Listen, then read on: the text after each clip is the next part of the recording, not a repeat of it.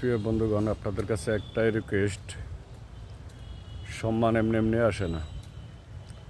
আপনি অন্যকে সম্মান দেবেন, আপনি অটোমেটিক সম্মান পাবেন। কারণ আপনার সম্মান যদি না করতে পারেন, অন্যকে যদি সম্মান না দেন, তাহলে কেউ আপনাকে সম্মান দেবে না। আর সম্মান এমন একটা জিনিস যেটা আল্লাহ প্রদত্ত নিয়ামত।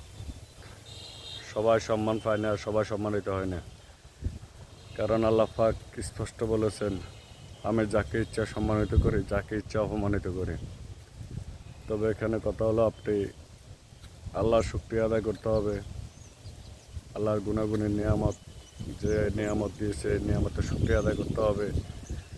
এবং যারা সম্মানী ব্যক্তি আছে, সমাজের যারা সম্মানী ব্যক্তি, তাদেরকে সম্মান দিতে হবে। আর এই সম্মান দেওয়ার ফলে আপনাকে অটোমেটিকলি আল্লাহ পাক প্রদত্তভাবে কেউ না কেউ আপনাকে সম্মান দেবে। কারণ যিনি সম্মান দিতে জানেন, তার সম্মান আল্লাহই বেড়ে দেয়। আপনি বলে গেলে চলবে না। সমাজে যারা আপনার কাছে ছোট বড় যত কিছু হোক না কেন, সে যে শ্রেণীর লোক হোক না কেন, যে যে সম্মানের মালিক, তাকে সে সম্মান দিতে হবে। আর এই সম্মান যখন আপনি দিবেন, অটোমেটিকলি সবাই আপনাকে সম্মান দিবে।